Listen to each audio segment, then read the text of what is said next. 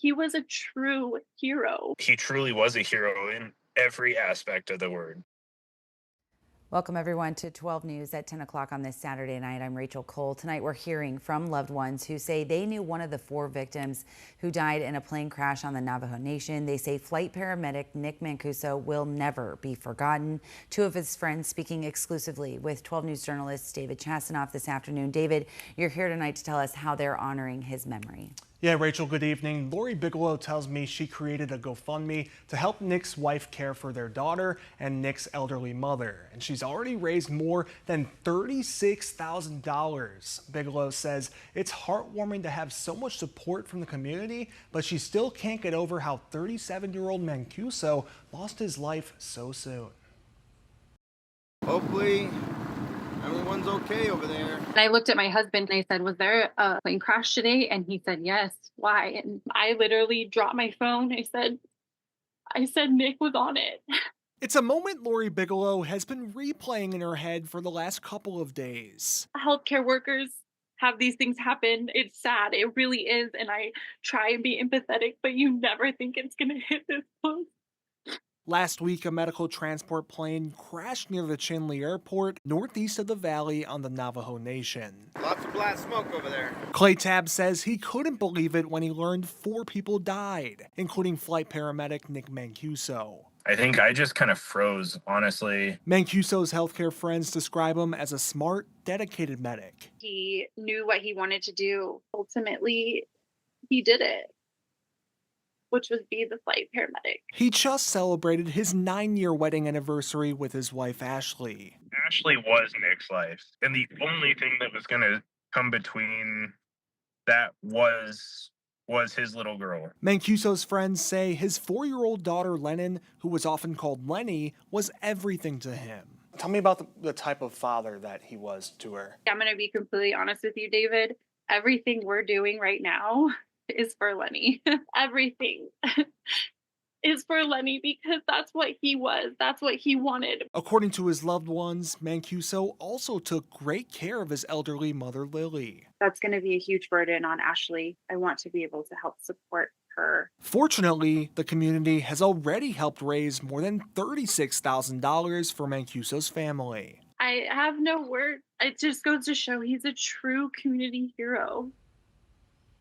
Well, the GoFundMe has already reached its goal. Bigelow says any more help goes a long way. And we have a link to donate in this story on our website. That's 12news.com. And we're told both the FAA and NTSB are still investigating this tragedy.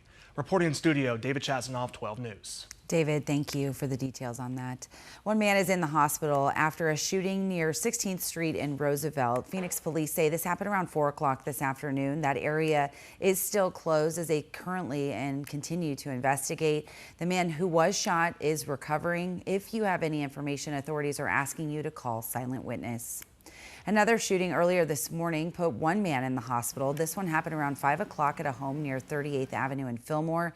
Phoenix PD detained 2 other men in that area. The victim, we're told, is expected to be okay. 2 men were arrested after Scottsdale police seized $34,000 in drugs. After a months-long investigation, they arrested 31-year-old Matt Samila Malloy and 26-year-old Luke McConnell, along with cocaine, ketamine, and ecstasy. Authorities also confiscated 3 weapons and $45,000. Both men are now facing multiple drug sales and weapons charges.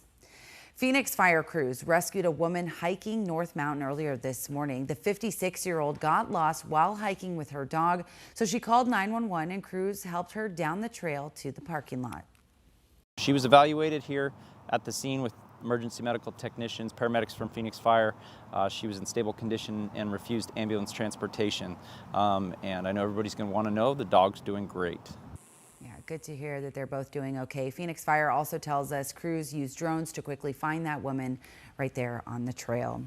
And we are in for another round of extreme heat. Meteorologist Chris Dunn is here with a quick look at our warm-up. Chris? Yeah, it seems to be the theme for this August. Not so much with the monsoon and plenty of extreme heat around. There are some signs of the monsoon far eastern Arizona and down across the southeast, Tucson, and down into Santa Cruz County, Cochise County getting some of these storms, but staying away from the valley is drier air has moved in. A west wind at 8 miles per hour. And look at the dew point temperature down to 42. We were in the 60s yesterday, so our relative humidity only 15%. Quiet weather this evening for the valley. Our high temps tomorrow 105. Less humid. I think you'll be able to feel the difference tomorrow. Warming back up to 110 plus by Wednesday. Here is tomorrow's planner, starting out in the mid 80s. Actually, not too bad. Fairly comfortable first thing in the morning. The sun comes up just before 6 a.m. and then up to 105 or 102, 103 through the afternoon. I'll look at the big numbers and when we will see the peak of the heat coming up in my 7-day forecast. Rachel? Chris, we're looking forward to it. Thank you. And there are still several wildfires burning across our state. Our conditions, no doubt, not helping very much at all. Right now, the Washington fire burning north of Payson has evacuation orders for Mountain Ridge Cabins in Washington Park. Those in Bray Creek Ranch, Verde Glen, Shadow Rim Ranch, and Rim Trail Estates are currently on set status, meaning they need to stay alert and prepared to leave at a moment's notice. It's currently only 6% contained and around 500 acres. And of course, crews still battling the Indian Creek fire, which has burned, or it's burning rather, about 18 miles southwest of White River. It has significantly slowed down, but has burned more than 2,000 acres and is currently 87% contained. The Bronco fire has burned more than 18,000 acres. It sits at 46% containment. That one's about 30 miles northeast of San Carlos. And finally, the Dragon Bravo fire, the largest active wildfire in the state, burning nearly 145,000 acres within the last month. It's now at 61% containment. Lightning sparked that fire back on July 4th.